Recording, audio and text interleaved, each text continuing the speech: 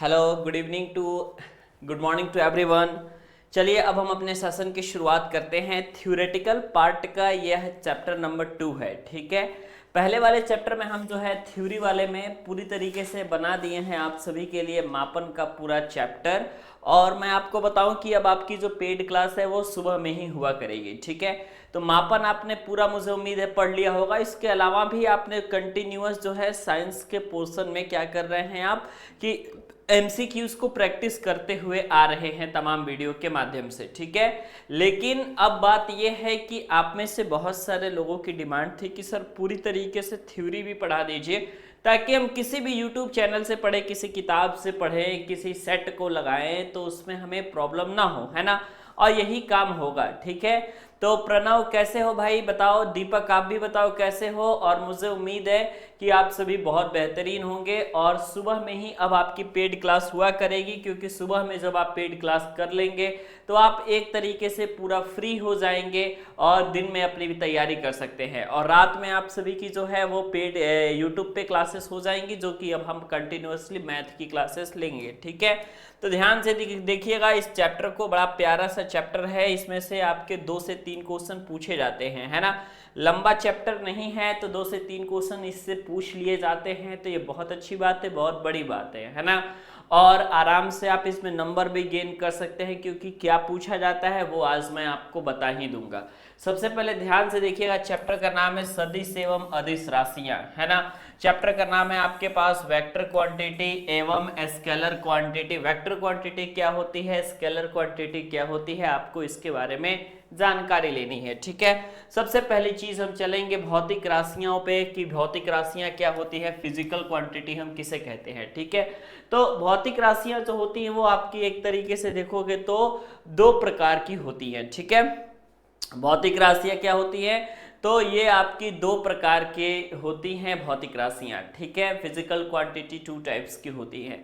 सबसे पहला क्वांटिटी आपके पास जो निकल के आता है वो आता है अदिश राशियां, जिसे हम स्केलर क्वांटिटी के नाम से जानते हैं। और अदर होता है आप लोगों के वेक्टर क्वांटिटी, जिसे हम जानते हैं सदिश राशियों के नाम से। ठीक है, ये जो आपकी क्लास चल रही है ये सभी के पॉलिटेक्निक के लिए मान्य है, चाहे यूपी, बिहार, झारखंड, दिल्ली, राजस्थान, मध्य प्रदेश, सबके लिए मान्य है। रीजन इसका ये है, सबके लिए मान्य इसलिए है क्योंकि मैं आपको बताऊं कि सबके पॉलिटेक्निक का सिलेबस सेम ही है ना। तो अदिश राशियां किसे कहते हैं, स्केलर क्वांटिटी किसे कहते हैं, ध्यान से देखिएगा। जिन राशियों को व्यक्त करने के लिए केवल परिमाण की आवश्यकता होती है, मतलब केवल परिमाण की आवश्यकता अगर हो रही है, उसको व्यक्त करने के लिए हमें दिशा की कोई जरूरत नहीं पड़ रही है, तो इसका मतलब है कि ये आपकी अदिश राशियां हैं। ठीक है, अदिश राशियों का सीधा सा कॉन्सेप्ट ये होगा कि आपके पास जो है व्यक्त करने के लिए किसी भी प्रकार की दिशा की जरूरत नहीं होगी, है ना।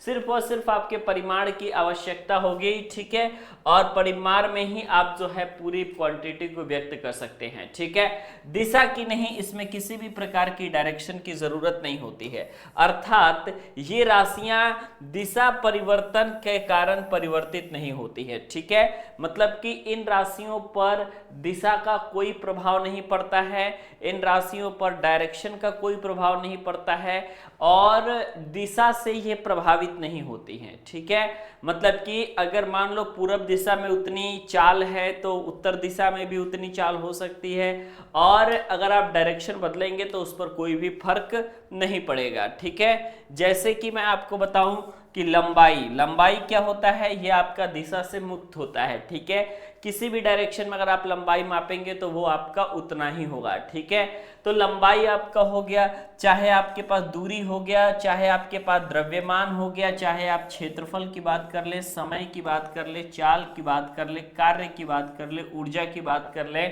या फिर आप लोग दाब की बात कर ले, या फिर ताप की बात कर ले, घनत्व की बात कर ले, आयतन की बात कर ले, विद्युत धारा की बात कर ले, ये सारी की सारी राशियां आपके पास कैसे निकल के आती हैं, तो सभी राशियां ये आपकी निकल के आती हैं अदिश राशियां, है ना। अदिश राशियां कहें तो ये आपकी स्केलर क्वांटिटी निकल के आती है, क्योंकि इन सभी को व्यक्त करने में किसी प्रकार की दिशा की जरूरत होती ही नहीं है। ठीक है, तो एग्जाम्पल आप सभी को याद रख लेना है, एग्जाम्पल आप सभी के लिए बहुत ज्यादा इंपॉर्टेंट है। एग्जाम्पल इंपॉर्टेंट इसलिए है क्योंकि एग्जाम्पल से ही तो क्वेश्चन पूछा जाएगा, ठीक है। अब सबका जो है आपका सूत्र वगैरह भी आपको याद होने चाहिए, मैं आपके लिए कह रहा हूं, आपकी सहूलियत के लिए कह रहा हूं, ताकि अगर सूत्र याद रहेगा तो आप सभी जो है बेहतरीन तरीके से कुछ पेपर में कर भी पाएंगे, ठीक है। जैसे कि अगर मैं कहूं कि विद्युत धारा कैसी राशि है, तो आप कहोगे कि सर विद्युत धारा जिसको हम I से रिप्रेजेंट करते हैं, ये हमारे पास एक अदिश राशि है, इसका सूत्र I बराबर Q/T होता है, ठीक है। तो अगर I बराबर Q/T आपने लिख लिया तो इसका मतलब है कि आपको उसका सूत्र भी मालूम है, और अगर आपने इसका मात्रक भी लिख लिया, जैसे कूलाम प्रति सेकंड इसका मात्रक होता है, आपने इसका मात्रक लिख लिया तो और अच्छी बात हो सकता है कि क्वेश्चन इससे भी पूछ लिया जाए, ठीक है।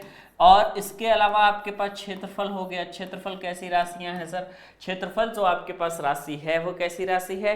तो क्षेत्रफल आपके पास राशि है अदिश राशि, है ना। क्षेत्रफल क्या है? अदिश राशि है, जिसका सूत्र आपके पास होता है लेंथ इनटू ब्रेथ, और इसके पास अगर इसका आप मात्रक निकालेंगे तो क्षेत्रफल का मात्रक क्या होता है? मीटर में दिया हुआ है, तो आप इसको मीटर स्क्वायर कह सकते हैं। क्यों? क्योंकि लंबाई का मात्रक भी मीटर होता है, चौड़ाई का मात्रक भी मीटर होता है, मीटर में मीटर से गुना करेंगे तो मीटर स्क्वायर हो जाएगा, है ना शोभित यादव। तो इस तरीके से आप देख सकते हैं।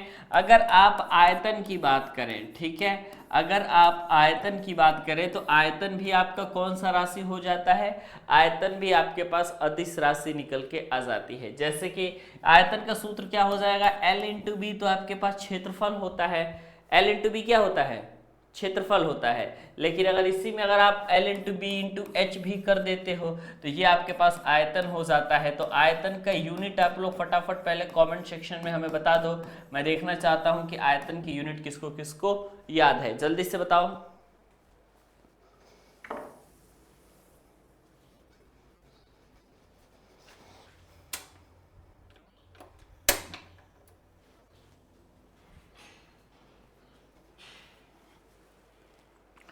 आयतन का यूनिट क्या हो जाएगा आपके पास? तो आयतन का यूनिट आपके पास मीटर क्यूब हो जाएगा, है ना। तो आपने यहाँ पे देखा कि ये जो अदिश राशियां हैं इनमें बहुत सारे एग्जाम्पल्स आपको नजर आ रहे हैं, है ना। तो लंबाई हो गया, दूरी हो गया, द्रव्यमान हो गया, क्षेत्रफल हो गया, समय हो गया, चाल हो गया, कार्य, ऊर्जा, ताप, घनत्व आदि, विद्युत धारा वगैरह सारी अदिश राशियां हो जाएंगी, ठीक है।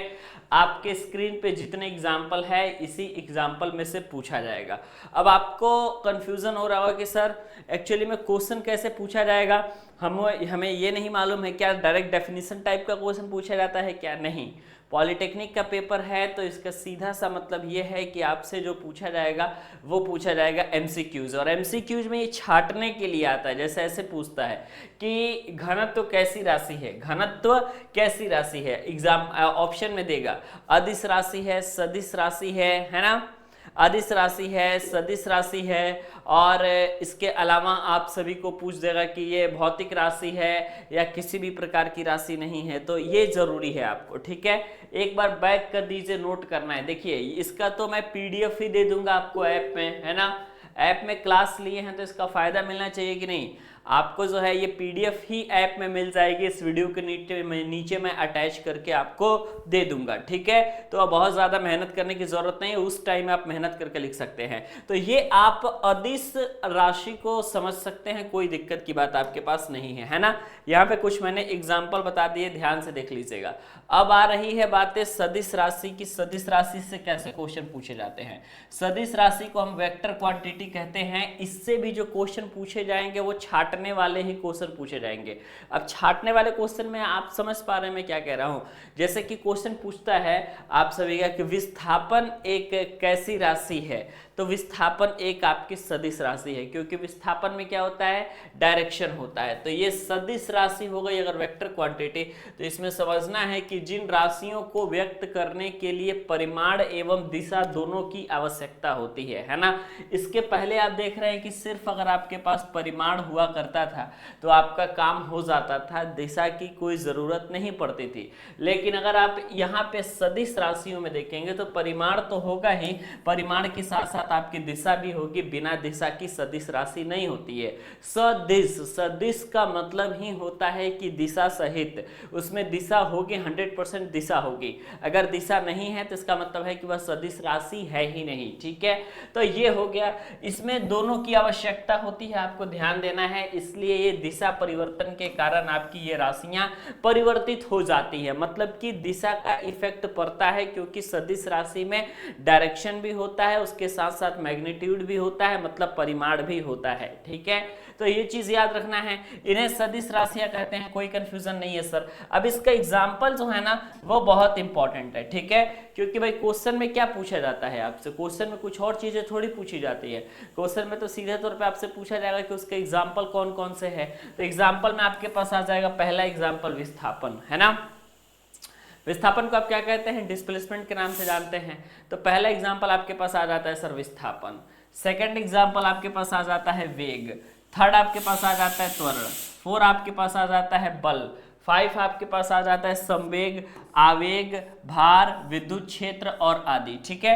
तो ध्यान से देखो, अगर मैं आपसे कहूं त्वरण, ठीक है, त्वरण आपके पास क्या होता है, सबसे पहले याद रखिएगा, त्वरण, त्वरण क्या होता है आप लोगों का, वेग परिवर्तन में दर के त्वरण कहते हैं, यानी delta V by delta T आप लिख सकते हैं कि नहीं, बताओ तो, ठीक है। Delta V by delta T आप लिख सकते हैं त्वरण को। आप कहोगे कि yes sir, delta V by delta T ही तो हमारा त्वरण होता है, अब इसमें लिखने की कौन सी बात है। तो ये राशि कौन सी हो जाएगी सर, तो ये राशि आपकी हो जाएगी सदिश राशि, क्योंकि इसमें आपके पास डायरेक्शन भी है और इसके साथ साथ आपके पास परिमाण भी है। तो डेल्टा V को आप क्या लिख सकते हैं, V माइनस यू लिख सकते हैं, बट्टे में T लिख सकते हैं, यही आपके पास क्या हो गया, तो सर यही हमारे पास हो जाता है त्वरण का सूत्र, ठीक है। अगर आप यहाँ पे इसका मात्रक लिखना चाहोगे तो इसका मात्रक आपके पास निकल के आ जाता है मीटर प्रति सेकेंड स्क्वायर, बहुत आराम से आप इसका मात्रक निकाल सकते हो, ठीक है। अच्छा, अब आपके पास आता है संवेग। क्वेश्चन में ये भी पूछता है कभी कभी कि संवेग कैसी राशि है। संवेग क्या होता है सर, संवेग को इंग्लिश में हम मोमेंटम कहते हैं, जिसे हम P से रिप्रेजेंट करते हैं। P is equal to M into भी होता है, ठीक है। P इज इक्वल टू क्या होता है आपके पास, M इंटू भी होता है। तो जब P is equal to M into भी होता है तो ये कौन सी राशि हो जाएगी सर, तो ये राशि जो हो जाएगी आपके पास, ये हो जाएगी कैसी राशि, तो सदिश राशि, ठीक है। तो याद रखना है। मात्रक क्या होता है, कमेंट में जल्दी बताओ।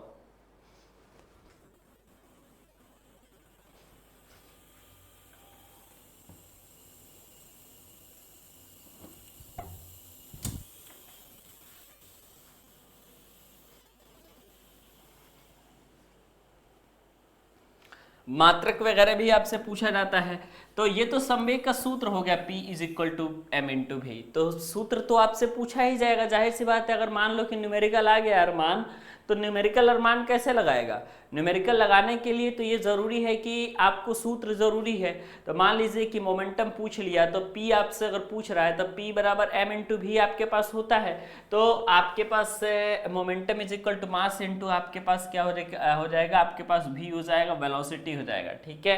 तो मास का यूनिट क्या होता है, तो आप कहोगे सर किलोग्राम होता है। वेलोसिटी का यूनिट क्या होता है, तो आपके पास मीटर प्रति सेकंड होता है। तो किलोग्राम मीटर प्रति सेकंड किसका यूनिट हो गया भाई, संवेग का यूनिट हो गया।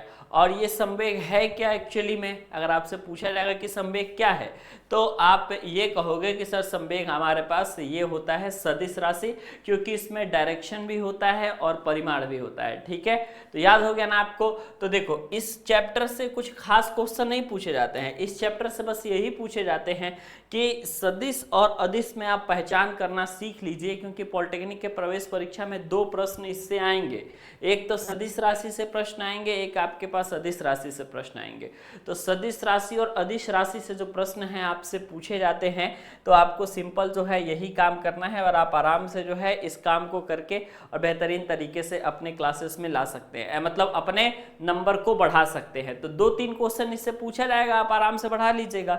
इस बार 2024 में नेगेटिव मार्किंग आपकी नहीं है, तो बहुत इस बार आप सभी को ये चीज फायदा भी करेगी आप सभी के लिए, ठीक है। अब देखिए, अब अगला टॉपिक आता है कि सदिशों का निरूपण कैसे करते हैं, वेक्टर का नोटेशन कैसे करते हैं। अदिश राशि में कुछ खास है नहीं, अदिश राशि का सिंपल एक डेफिनेशन है और डेफिनेशन के बाद आपको जो है अदिश राशि के एग्जाम्पल्स बता देने हैं, ठीक है। तो क्वेश्चन में आएगा तो आप बना देंगे, सदिश राशि में उसका डेफिनेशन और उसका एग्जाम्पल याद कर लेंगे। अब आप सदिशों के निरूपण के बारे में बात करोगे तो सदिश को जो है एक तीर के द्वारा नोटेशन किया जाता है, ठीक है। ये तीर का ये वाला जो पॉइंट होता है ना, ये आपको दिशा को बताता है, और आपके पास ये लंबी वाली जो पॉइंट होती है ये आपके पास परिमाण को बताती है। इस तरीके से आप किसी भी सदिश को क्या कर सकते हैं, नोटेट कर सकते हैं, मतलब कि दिखा सकते हैं, ठीक है। देखिए लिखा गया है कि सदिश राशियों को तीर के द्वारा निरूपित किया जाता है, ठीक है। अच्छी बात है सर। तीर की नोक जिसे वाणाग्र कहते हैं सदिश की दिशा को व्यक्त करती है, ठीक है। ये तीर की नोक किसको व्यक्त करती है, सदिश की दिशा को व्यक्त करती है, तथा तीर की जो लंबाई होती है, ये वाला जो पोर्शन के बारे में बात कर रहा है, ये परिमाण को व्यक्त करता है। इससे हम सदिश को ए को वेक्टर ए से ऐसे रिप्रेजेंट करते हैं, आपको याद रखना है, ठीक है।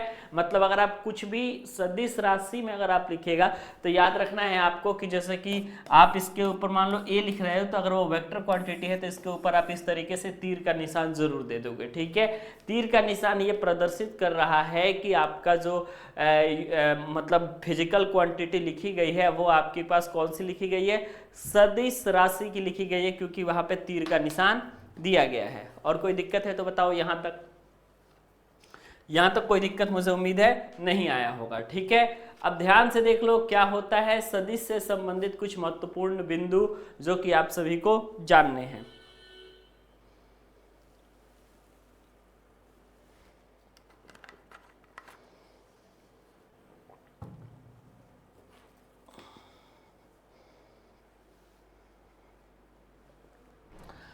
सदिश से संबंधित कुछ महत्वपूर्ण बिंदु आप सभी को याद रख लेने हैं, है ना। ध्यान से देख लीजिएगा। शून्य सदिश क्या होता है, जीरो सदिश के बारे में बात कर रहा है। जीरो सदिश क्या हो जाएगा कि ऐसा सदिश जिसका परिमाण शून्य हो, मतलब उसका मैग्नीट्यूड तो जीरो हो, शून्य सदिश कहलाता है। इसकी दिशा हमेशा अनिश्चित होती है, शून्य सदिश की दिशा अनिश्चित होती है, याद रखिएगा। इसमें a बराबर b होता है क्योंकि a minus b is equal to 0 होता है, ठीक है। तो ये कंडीशन आप याद रख लीजिएगा, जो कंडीशन आप सभी के पास दे रहा है, और ये कंडीशन है आप लोगों का किस चीज का, शून्य सदिश का। यूनिट वेक्टर यानी एकांक सदिश किसे कहते हैं ये भी याद रखिएगा। वह सदिश जिसका परिमाण एक होता है। एकांक का मतलब क्या होता है, एकांक का मतलब ही होता है आपका एक, ठीक है। तो ऐसा सदिश जिसका परिमाण हमेशा एक है तो वह एकांक सदिश कहलाएगा। यदि ए एक सदिश है जिसकी दिशा ए की दिशा में है, तब ए की दिशा के एकांक वेक्टर को वेक्टर ए से आप रिप्रेजेंट कर सकते हैं। और ए वेक्टर की जो बात होती है वो आपके पास क्या होती है, ठीक है। तो याद रखना है। तो इससे ये तो प्रॉपर्टी है, बस आपको सिंपल याद रखना है। पॉलिटेक्निक में एक बार आपसे पूछा जा चुका है कि एकांक सदिश का मान क्या होता है ना। तो एकांक अगर कह दिया तो सीधा सा मतलब आपके पास ये हो जाएगा कि एकांक का तो मतलब ही होता है आपके पास एक। तो एकांक सदिश होगा तो उसका मान एक होगा, शून्य सदिश होगा तो उसकी वैल्यू शून्य होगी। तो कुछ चीजें जो हैं आपको अपने कॉमन सेंस पे भी आधारित आंसर देनी है, ठीक है। Okay sir. तो ये एकांक सदिश से ध्यान दे दीजिएगा। अब आता है आपके पास सदिश का त्रिभुज नियम। सदिश के त्रिभुज नियम के बाद आपको जो है सदिश का समांतर चतुर्भुज का नियम भी आपको ज्ञात करने के लिए आता है। बस उसके बाद आपके पास जो है ये आपके पास खत्म हो जाता है, ठीक है। इसके अलावा और कुछ आपके पास है नहीं। सदिश का त्रिभुज नियम क्या कहता है, ध्यान से देख लीजिएगा। त्रिभुज का नियम क्या कहता है आपको समझना है। त्रिभुज का नियम कहता है कि इसे सिर पूछ का नियम भी कहा जाता है। इसमें एक सदिश के सिर पर दूसरे की पूछ इस प्रकार रखते हैं कि उसकी दिशा जो है ये अपरिवर्तित रहे, और हमें दोनों सदिशों का परिमाणी सदिश मिलता है यदि दिए गए चित्र में a तथा b दो सदिशों का परिणामी सदिश r। देखो यहाँ पे आप देख लो ध्यान से, कुछ चीजें समझ लो। यहाँ पे ये आपके पास वेक्टर a है, ध्यान से देख सकते हो आप, ठीक है। ये आपके पास वेक्टर b है, ओके। और यहाँ पे इसका जो परिणामी है, रिजल्टेंट है, उसको r इस तरीके से ड्रॉ किया गया है, जो कि r आपके वेक्टर a तथा वेक्टर b के परिमाण को क्या करता है, व्यक्त करता है। ठीक है, तो ये है आपका त्रिभुज का नियम, जिसको आप लॉ ऑफ ट्रायंगल के नाम से जानते हैं। सबसे इंपॉर्टेंट ये वाला होता है समांतर चतुर्भुज का नियम, जिसका सूत्र आप याद रख लीजिएगा, सूत्र पूछा जाएगा। R is equal to under root में आपके पास निकल के आता है a स्क्वायर प्लस में b स्क्वायर प्लस में 2ab cos थीटा, ये आपके पास निकल के आता है, जो कि इंपॉर्टेंट है। और ये है आपका समांतर चतुर्भुज से रिलेटेड परिणामी, है ना। इसका आप सभी का इसका जो है आप सभी के लिए ये इंपॉर्टेंट है, यही चीज आपकी यहाँ से पूछी जाती है। ठीक है, तो इसका सूत्र ये याद जरूर कर लीजिएगा, समांतर चतुर्भुज के नियम वाला। ठीक है सर, कल क्लास कब से शुरू हो गई, क्योंकि मुझे कहीं जाना है। देखो भाई, पेड क्लास जो है आपकी मॉर्निंग में ही चलेगी, आपको याद रखना है। ठीक है, पेड क्लास हमेशा आपकी मॉर्निंग में ही चलेगी, पेड क्लास शाम को नहीं चल सकती है, प्रॉब्लम है हमारे साथ। ठीक है, तो याद रखना है। हाँ, शाम को या रात को आपकी जो भी चलेगी वो आपकी चलेगी वो YouTube वाली क्लास। ठीक है, तो समांतर चतुर्भुज का नियम क्या होता है कि इसमें दो सदिशों A तथा B को समांतर चतुर्भुज की दो आसन्न भुजाओं की तरह हम प्रयुक्त करते हैं। यहाँ पे अगर आपके पास वेक्टर A है, वेक्टर B है, तो रिजल्टेंट R शो होगा, जो कि आपका अंडर रूट में a स्क्वायर प्लस में b स्क्वायर प्लस में 2ab cos थीटा के बराबर होगा, है ना। तो ये आपके पास बहुत ही छोटा चैप्टर था, जिसको हमने आज खत्म किया। छोटा सा चैप्टर है, उसमें कोई प्रॉब्लम नहीं है ना, तो आपको कोई दिक्कत नहीं होना चाहिए। अगर कल प्रणव सुबह में क्लास चल जाती है 6 बजे से, आप मान करके चलो, है ना, तो अगर 6 बजे से भी पढ़ाते हैं तो एक छोटा सा नोटिफिकेशन आपको पहुंच रहा होगा, तो वो आप नोटिफिकेशन जरूर देखिएगा। ठीक है,